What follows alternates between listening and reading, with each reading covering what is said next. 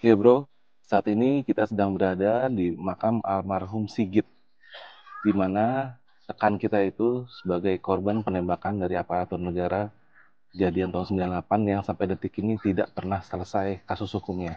Dan di sini mungkin orang tua dari Sigit ingin menyampaikan pesan-pesannya dan harapannya terhadap para pelaku yang tak kunjung diadili dan juga harapannya terhadap rekan-rekan Sigit yang mungkin sekarang sudah duduk di pemerintahan. Oke, Pak silakan untuk berbicara. Sigit Prastyo dan ibunya. Alhamdulillah senior kalian, Git. Ini peduli mengangkat berita sampean. Mudah-mudahan dijabah Allah apa yang Bapak tunggu-tunggu selama 26 tahun terkabulkan. Berhubung kamu ditembak tentara, zaman Bapakku menjemput kamu pulang dari Cipto kan TV nyala, Habibie bicara. Saya perintahkan Menhan ambil tindak tegas, ternyata kamu mati nak. Jadi harusnya Wiranto di penjara. Apalagi itu perencanaan pembunuhan. Jadi harusnya Wiranto itu kena 340, dihukum mati, bukan malah jadi menteri, jadi Bantin Pres. Makanya saya mohon maaf Allah, mudah-mudahan lantaran anak-anak senior kalian ngangkat berita ini Wiranto bisa dipenjara. Presidennya kan Jokowi cari selamat. Kalau Bapak Asih Widodo cari keadilan. Nah, makanya Wiranto jadi menteri sama Joko Widodo. Joko Widodo juga selamat. Tapi Bapak akan tetap berusaha cari keadilan. Nah, kata negara Indonesia negara hukum. Masa bunuh kucing dihukum, bunuh monyet dihukum 5 tahun.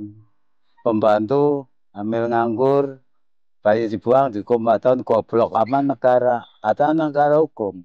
Tolong ya nak, bantu mohon nama Allah Subhanahu wa Ta'ala sebelum Wiranto Mudar harus dipenjara. Amin.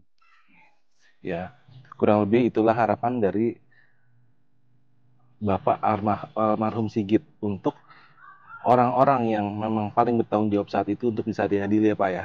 Amin. Setidaknya sampai Bapak mati berkalang tanah, sebelum itu Bapak akan menegakkan apa Harus yang cari keadilan. betul. Ya, semoga hal ini bisa didengar dan apa yang diharapkan oleh Bapak bisa terwujud. Weh, Amin. brother, kita doain sama-sama untuk almarhum Sigit.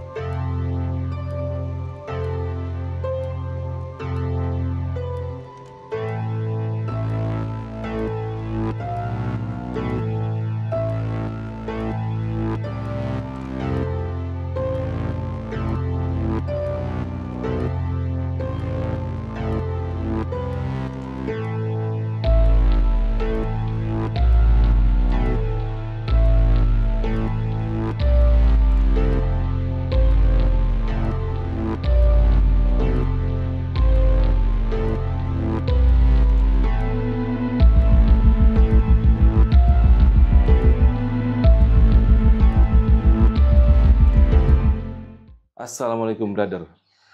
Hari ini tim Jelajah Malam sedang berada di kawasan Tanah Kusir. Kita akan mewawancarai salah seorang orang tua dari korban peristiwa Semanggi 1, di mana saat itu di peristiwa Semanggi tahun 98 memakan 5 orang korban jiwa mahasiswa yang sampai detik ini tidak pernah ada kejelasan penegakan hukumnya. Dan salah seorang yang kita datangi sekarang adalah orang tua dari Sigit Prasetyo, yang setelah 26 tahun meminta keadilan, tapi tidak pernah ada keadilan yang didapatkan. Bahkan di saat beliau meminta keadilan, beliau sempat mengalami represivitas yang nggak bisa kita tolerir. Kenapa begitu? Beliau bahkan sampai dipopor dengan popor senapan oleh aparat. Hari ini kita akan buka apa yang sebenarnya terjadi dari mulai Sigit sampai perjuangannya Bapak siapa maaf? Asih Widodo. Bapak Asih Widodo. Apa kabar Pak? Alhamdulillah baik. Masih sehat Pak ya? Alhamdulillah. Ya? Alhamdulillah sehat. Oke. Pak Asih Widodo, ini semua terjadi kan di tahun 98 Pak ya? Tahun 98 ini kalau nggak salah, anak Bapak adalah salah seorang korban dari 5 korban yang ditembak oleh aparat. Iya, betul. Ini kalau saya nggak salah kutip, yang pertama anak Bapak Sigit Prasetyo dari kampus IAI. Iya. Yang kedua Bernardus Norman Irawan dari Atmajaya. Iya. Yang ketiga Teddy Mardani Kusumo dari IT. Yang keempat Heri Sulistyo dari STI Rawamangun. Dan yang kelima Engkus Kusnadi dari Unija. Ya. Kelima korban ini saat itu tertembak di peristiwa Semanggi 1 ya Pak ya? Betul. Kalau boleh tahu saat peristiwa itu Bapak sedang berada di mana Pak? Nah, waktu itu saya kebetulan punya proyek di Tendean, Karya Guna Furniture. Oke. Saya jam 6 sore pas maghrib ditelepon dari rumah sakit.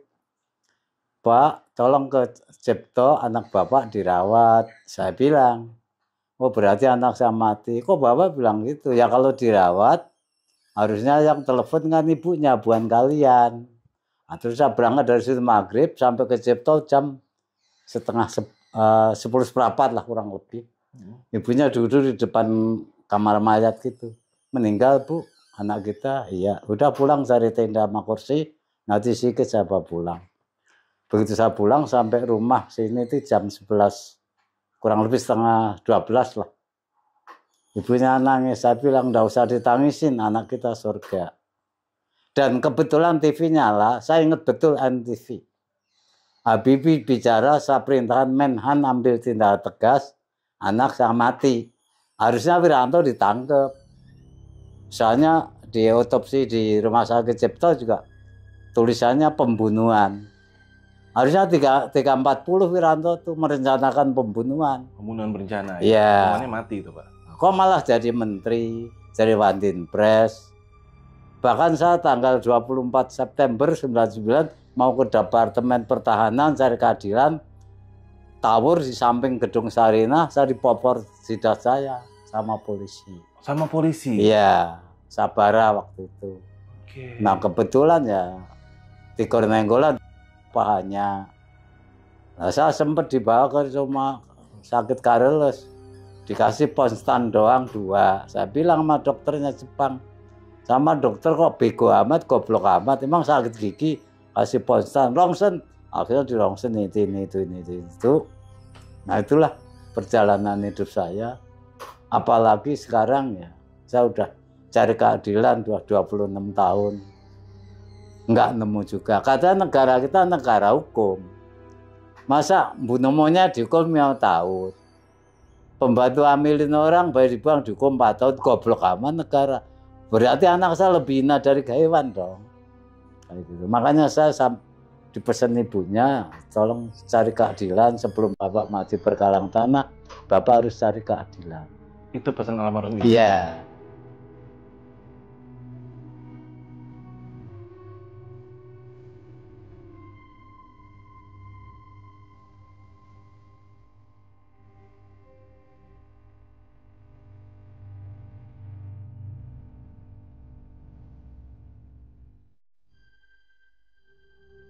Ini berarti kan lokasi sendiri itu sudah pasti di Semanggi ya Pak? Iya betul.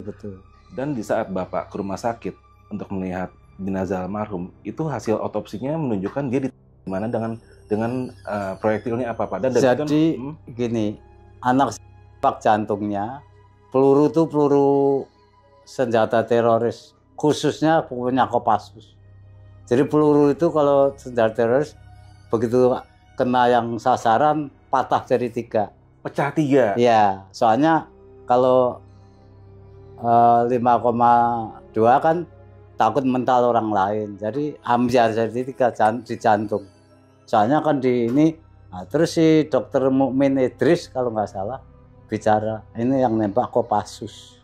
Soalnya yang punya senjata peluru gini ini cuma Kopassus. Jadi kalau nembak tek ambiar di situ nggak nembus. Jadi memang peluru itu diperuntukkan memang untuk ya? Iya, untuk Kan kalau memang dia melumpuhkan hanya tembus aja. iya betul. Di saat dia masuk dan dia pecah, memang ini diperuntukkan memang udah nggak akan selamat oleh. Iya, makanya terus terang saya tambahin Yan Yunap Semanggi 2 bukan total nembak jalan mental terus kena matanya Yunap kan gitu. Kalau khusus Semanggi 1 tuh pelurunya Kopassus. Ketahuan kesatuannya Pak ya? Iya. Oke. Kalau bohong dokter Mukmin Idris almarhum bohong saya, soalnya diunjukin. Jadi kayak ujung bolvin kecil-kecil gitu. Pecah. Iya, jadi 3. Oke, artinya dari sini kan di saat sudah ketahuan pelurunya dan dari kesatuan mana, penyelidikan ini bisa dibuka dong? Iya, harusnya. Kalau memang pakai hukum. Tapi Indonesia itu pada negara hukum. Tapi KUHP kasih uang habis perkara, kurang uang habis di penjara. Itu Indonesia. Indonesia itu banyak orang pintar tidak ada yang benar. Banyak pengadilan tidak ada keadilan. Itu Indonesia. Makanya benar Roma Irama, itulah Indonesia. Tuh kalau mau tahu. Dan saya selama waktu ibunya masih hidup, saya kan kalau Kamis kan selalu Kamisan depan istana ya. Dan ibunya Sigit tuh kalau habis sholat isya keluar dari kamar, saya selalu nongkrong di situ, di meja makan. Ya Allah, tolong cabut nyawa saya ya Allah. Saya tidak mau bikin susah bapaknya Sigit, kasihan menderita udah puluhan tahun. Saya nyanyi. Yen dino Kamis, saya bilang. Njur kelingan anak lanang. Biyen tak openi ning saiki wis mati. Ing Semanggi karo TNI nganti puluhan tahun durung nemu keadilan. Panyuwunku sing nembak ndang Motaro, panyuwunku anakku munggah suwarga, ananging sing perintah nek urung dihukum aja modar. Muga-muga Gusti ngabulke panyuwunku, amin. Nah, itu ibunya ketawa lagi. Wiranto belum dihukum Bu, jangan pengen dulu. Saya selalu bilang gitu tiap malam. Jadi habis sholat, ya Allah tolong cabut nyawa saya nggak mau bikin susah Bapak Sigit menderita udah puluhan tahun. Itu tidak habis sholat pasti ngomong gitu. Jangan dulu, Wiranto belum di penjara. Demi Allah saya selalu gitu. Nah sekarang selama ibunya, saya nggak pernah nyanyi lagi. Soalnya dia seneng nyetel gesang. Dia zaman berjuang yang itu gesang almarhum. Jadi punya CD ya di setel itu terus. Nah saya ganti, syairnya tak ganti kayak gitu. Saya kecewa bener sama negara.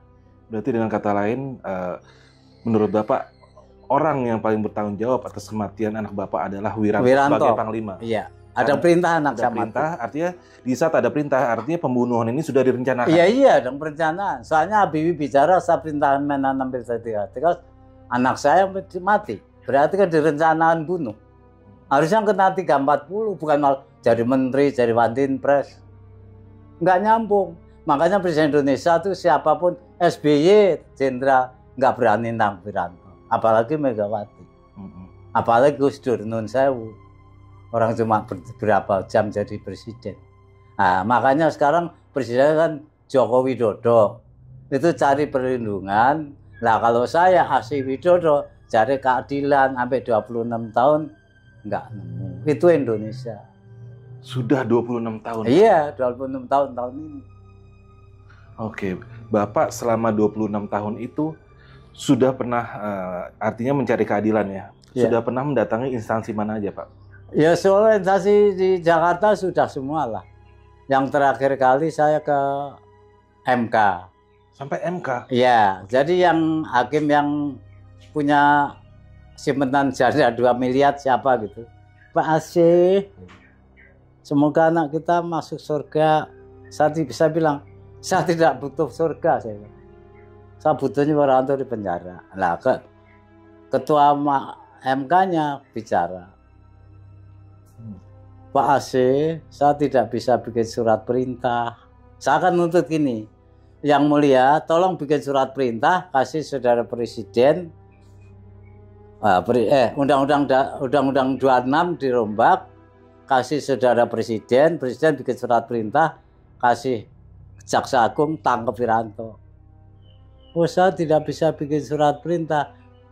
Saya tidak sebodoh yang kalian pikir.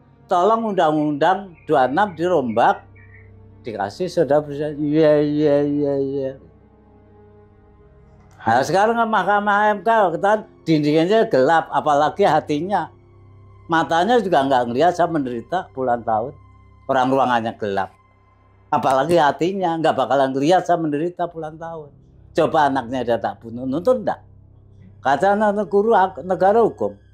Kayak lawyer kalau ngomong, sampai langit runtuh, hukum harus tegakkan. Lawyernya pada ditangkap penjara.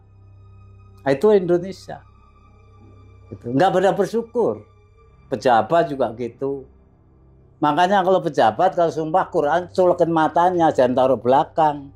Demi Allah saya bersumpah, culekin matanya, ini loh, mata lu Quran ini ya. Ada belakang dianggap koran, makanya pada korupsi. Itu Indonesia. Indonesia aku menyusahkanku. Artinya sampai ke MK pun tanggapannya hanya sebatas itu ya? Yeah. Hanya sebatas itu? Iya. Oke Pak, berarti di saat dulu Sigit ini aktif sebagai seorang demonstran, saat itu apakah Bapak mengetahui kalau anak Bapak ini adalah aktivis?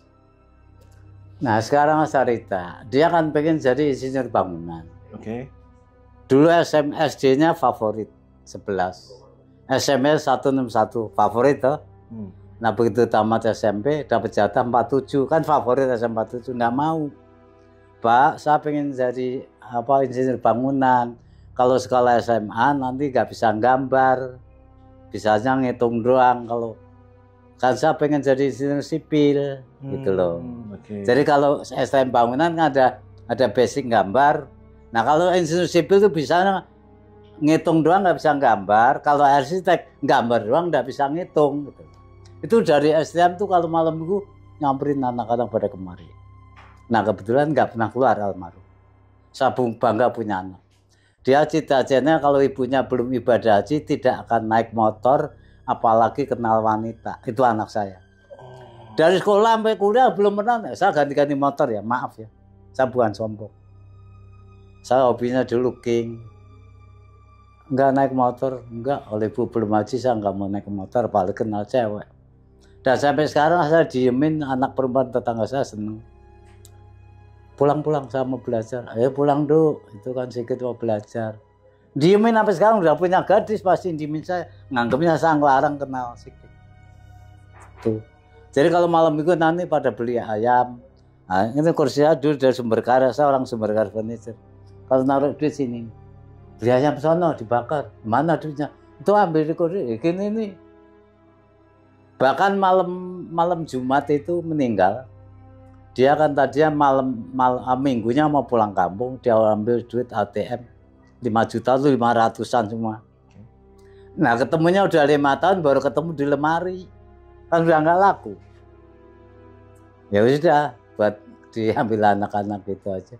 Emang anak saya anak baik, bener anak baik. Hafal Quran 27 juz. Begitu? Iya. Jadi kalau malam minggu nanti anak-anak, soalnya dari kecil dia tidak suka tentara. Jadi dulu gini, kalau zaman dulu Pak saya nggak suka tentara, ada kenapa? Lah dikit-dikit PKI, di PKI di Bakakodim, orang Remi ditangkap itu di situ, katanya PKI di Bakakodim. Dari kecil dia nggak suka. Nah, itulah anak saya. Berarti Punya kelebihan. memang dia nggak suka hal-hal sifatnya keras ya. Iya. Anaknya baik. Memang ya, kalau memang Jadi kalau saya punya anak tuh 5 tahun harus khatam Quran, harus tak wajibin. banyak sekali rekan-rekan seperjuangan almarhum anak Bapak ini yang sekarang sudah mendapat posisi di pemerintahan maupun di partai ya. Yang artinya mereka ini seharusnya mampu memperjuangkan tentang keadilan anak Bapak. Apa sikap Bapak terhadap mereka? Andai kan Bapak bisa. Kalau saya kayak Fazlur Rahman ya. Dulu kan akrab sama saya. Oh, Fazlur Rahman. Iya. Oke. Dia sering ketemu saya ini itu. Nah, sekarang kan waktu itu kan jadi apa? Pengawas perusahaan. Sekarang taruh di istana. Juga nggak bisa bantu kita. Kayak Mugi sekarang Ikohi juga di dalam juga bisa bantu saya. Fajrul yang sedekat itu dengan Jokowi. Iya, apalagi Mugi yang Ikohi yang korban penculikan kan sekarang di istana juga. Juga nggak bisa juga bantu. Nggak bisa. Iya. Terus orang kontra si anak Padang siapanya mana ya? Aceh. Juga sekarang ikut jadi KSP di situ juga nggak bisa bantu. Padahal dia di kontrak 10 tahun. Maunya saya kalau ngobrol sama Joko, Pak tolonglah ini gimana caranya biar mereka pada mati-mati udah pada bahagia di surga. Soalnya tuntutannya dituruti nama negara. Maunya saya gitu loh. Tapi tidak ada yang peduli. Fazlur itu akrab sama saya, sumpah. Nah, selama jadi komisaris, terus jadi KPI apa namanya yang bicara presiden, udah nggak peduli. Bapak nggak pernah coba nanya apa kabar gimana nih? Iya, apalagi Bernard anak Atmajaya ya. Zaman dulu nurin Gus Dur, saya kan sempat sono dia pakai Mercy. Sehat nak. Bapak siapa ya? Loh kamu kan Bernard, dulu kan teman Sigit, kok sekarang jadi DPR kurang ajar. Kamu orang Golkar. Bernard, saya ingat banget Bernard. Pura-pura nggak kenal saya. Oh iya. Oh alah. Saat waktu nurin Gus Dur saya ikut ke situ. Yang gabung anak-anak mahasiswa. Gus Dur mundur yang kaya-kaya gitu. Saya ketemu Bernard tuh, anak Atmajaya. Pura-pura nggak. Saya nggak kenal bapak, coba. Ingat banget saya. Makanya saya selalu sama Alek tuh selalu peduli sama saya. Bapak kalau sakit telepon saya bukan merasa bangga sering dikasih duit sama Alek ya. Tapi dia peduli, suka ngiri. Tahu-tahu, Pak itu ada uang dikit. Bukan saya bangga dikasih. Saya, Alek kan tahu kalau saya udah nggak punya usaha apa-apa. Iya. Berarti Alek emang baik. Sebagian besar ya bisa dibilang sudah berubah Pak ya. Udah inget semua orang-orang 98 udah inget. Ya. Jadi saya orangnya ya saya bukan syirik, bukan ngiri. Maunya saya ingat masa perjuangan kita, urusannya dikebukin, ya ditendangin, mbok ingat oh iya ini jadi korban. Gimana caranya kita bilang presiden dia diadilin. Jadi selesaikan lah ya. Iya. Jadi serba salah, jadi akhirnya serba salah. Tapi saya ingat pesan ibu sih sebelum mati keberangkatan tuh cari keadilan, ya saya akan tetap cari usaha, cari keadilan. Nah ini. Jadi saya maunya kalau Wiranto di penjara, anak dan istri saya bahagia di surga. Amin. Okay. Harus di penjara, ada perintah anak saya mati. Berarti di akhir hayat ibu ini meminta Bapak untuk memperjuangkan. Iya. Dan yang saya salah satu lihat di artikel, kalau Bapak ini sempat keliling Jawa ya bisa dibilang dengan sampai Purwokerto, sampai Purwokerto dengan motor dan itu dengan tulisan-tulisan Bapak ya. Itu tujuan Bapak melakukan itu untuk nazar terhadap ibu tadi juga ya? Iya gitu, di samping itu barangkali hukum daerah masih peduli. Jakarta kan nggak nyambung, barangkali di daerah peduli. Kalau di sana kan mau ini ya ditangkap, kalau nggak salah dilepas. Nolong kali jadi rencek aja dihukum, kayak gitu loh. Jadi kan adil. Bedanya Bapak perjalanan saat itu di Jakarta dengan di daerah itu apa Pak? Oh beda. Kalau di daerah pada hati-hati di jalan ya pada begini. Pada support. Ntar baca Fatihah, surah Fatihah buat Mas Sigit. Nah kalau Jakarta disenggol-senggol, Soalnya di Jakarta uteknya duit, cari duit terus. Belum pernah saya ditanyain di jalan di Jakarta ya. Oh Bapak ini ya. Belum pernah, sumpah demi Allah. Tapi kalau Parung ke Bogor sampai ke Jawa, sehat Pak De, biar dapat keadilan. Orang-orangnya lebih peduli. Iya. Oke. Merasa lihat saya itu menderita gitu. Kalau Jakarta belum pernah ada orang lewat. Hati-hati ya, belum pernah, sumpah. Ya ada apa-apa orang. Terserah mau dikatain pamer, dianggap orang gila, monggo aja.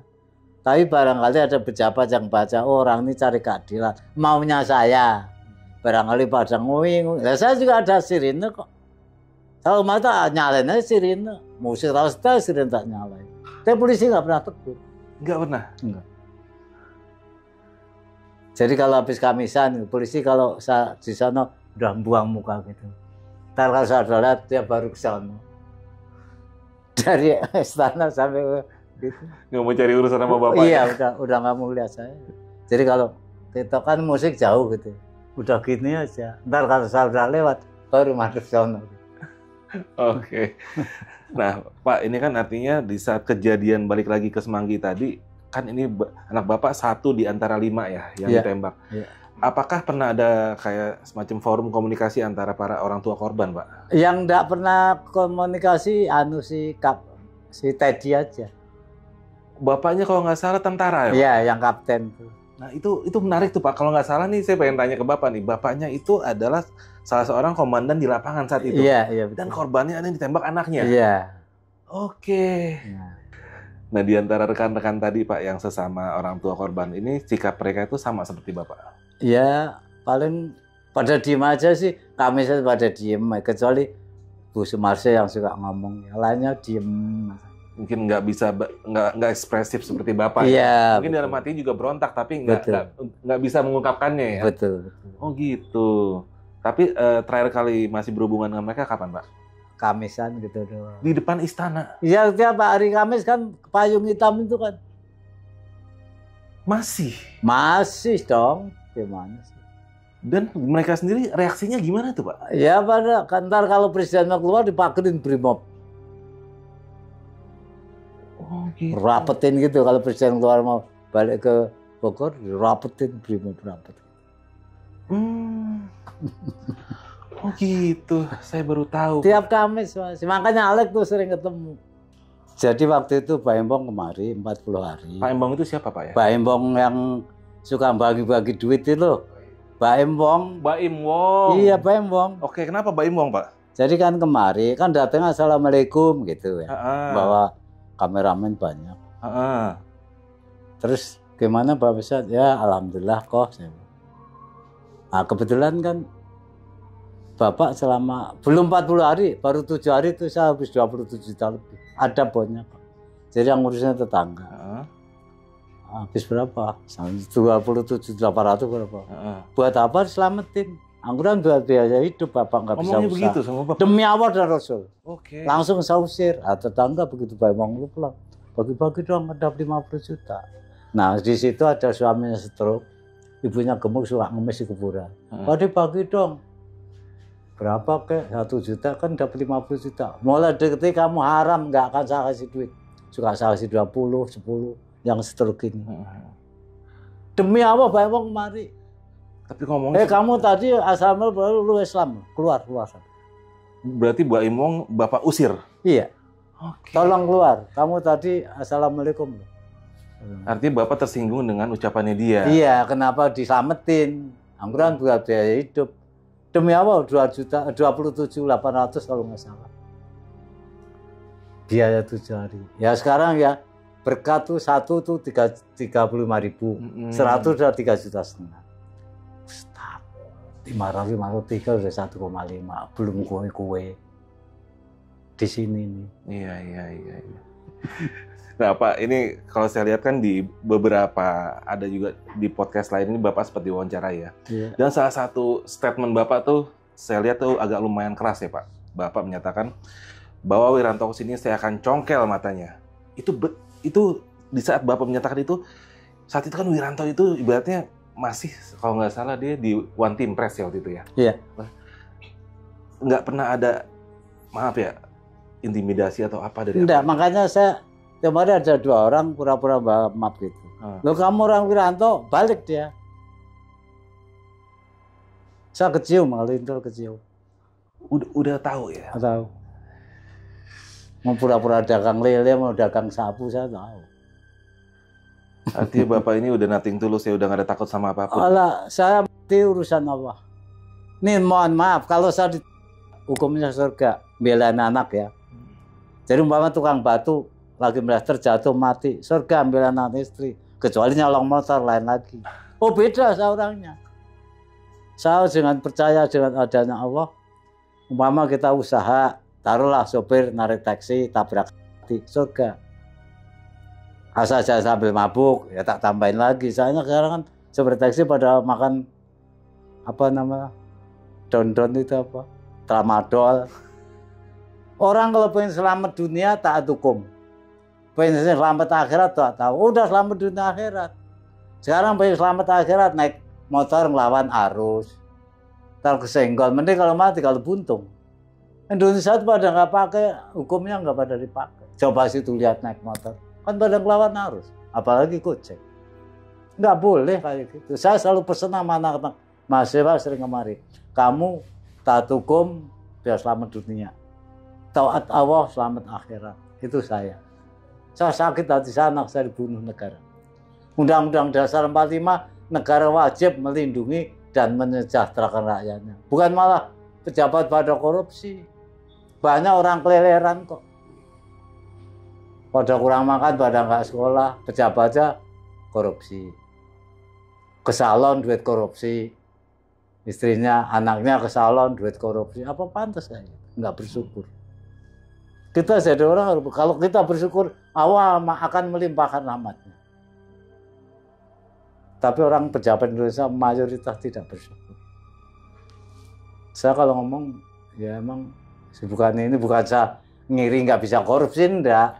Tapi mbok ya, makanya nanti kalau situ jadi pejabat, Qurannya colokin matanya, nih loh Quran ya kamu sumpah ya. Jangan ditaruh belakang dianggap koran. Demi Allah saya bersumpah nih. Pada korupsi, buat apa?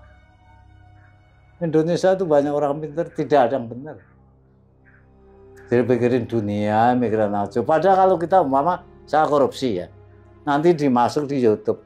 Cicit saya nggak warang saya, berarti kakek gue dulu korupsi dong. Apa nggak malu?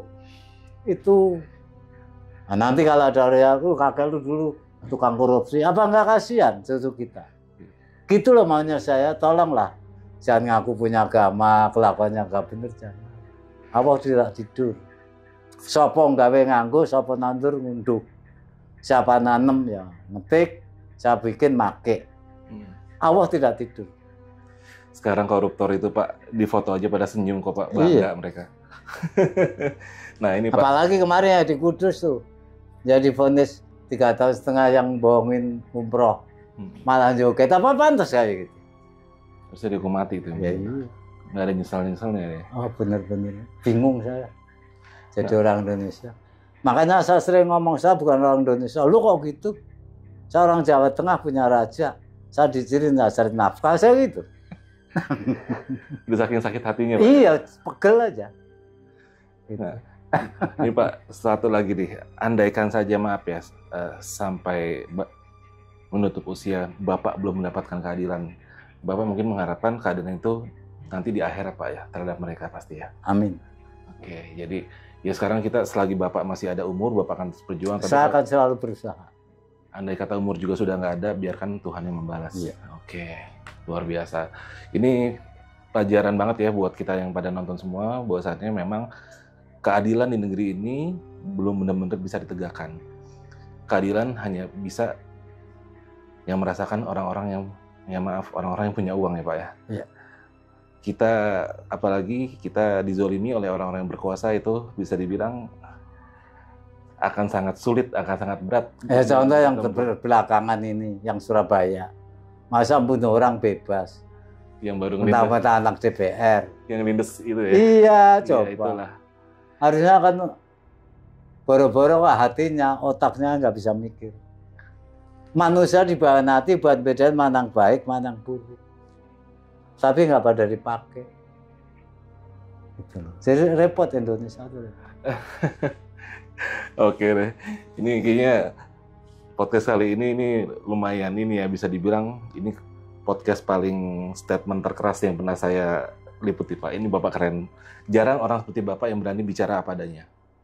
Karena orang biasanya mau berbicara apa tuh sudah berpikir, wah ntar gue takut ini. Kalau saya lihat Bapak ini udah bener-bener nothing tulus. Apa yang Bapak pikir itu yang Bapak ucapkan gitu. Jadi bahkan untuk menyinggung beberapa pejabat pun Bapak seperti sudah tidak takut lagi saya lihat. Hati saya sakit. Sakit hati Pak ya. Nah ini sebelum kita tutup Pak, pesan Bapak terhadap generasi ke depan ini apa sih Pak? Baik buruknya negara Indonesia tergantung kalian. Makanya selalu pesan sama anak-anak sekarang, tolong kalian jadi pengusaha. Jangan di DPR, nggak usah jadi pejabat. Pejabat soalnya mesti korupsi. Kita bakal mati. Nanti kasihan cucu kita, anak kita. Oh bapak kamu dulu korupsi, kan kasihan. Kalau bisa pengusaha, punya anak buah 50 orang, ngentasin kemiskinan, sambil ibadah. Itu saya maunya kayak gitu. Oke. Lebih baik usaha Pak ya dibanding di pemerintahan ya? Iya. Pasti korupsi. Pasti korupsi. Oke brother, ini segmen kali ini mungkin kita tutup dulu Pak ya? Iya. Oke. Monggo. Luar biasa nih Bapak ini salah satu Bapak paling pemberani yang pernah saya kenal. Oke. Terima kasih. Sebelumnya saya Arfi dari Jajah Malam, makasih banget kepada Bapak yang sudah menerima saya di sini. Selalu, amin. Amin amin. Sudah dikasih minum, dikasih makan. Aduh, udah repotin dari tadi. Bahkan Bapak sampai nggak berangkat gara-gara ada saya nih Pak nih. Saya nggak nyesel kok.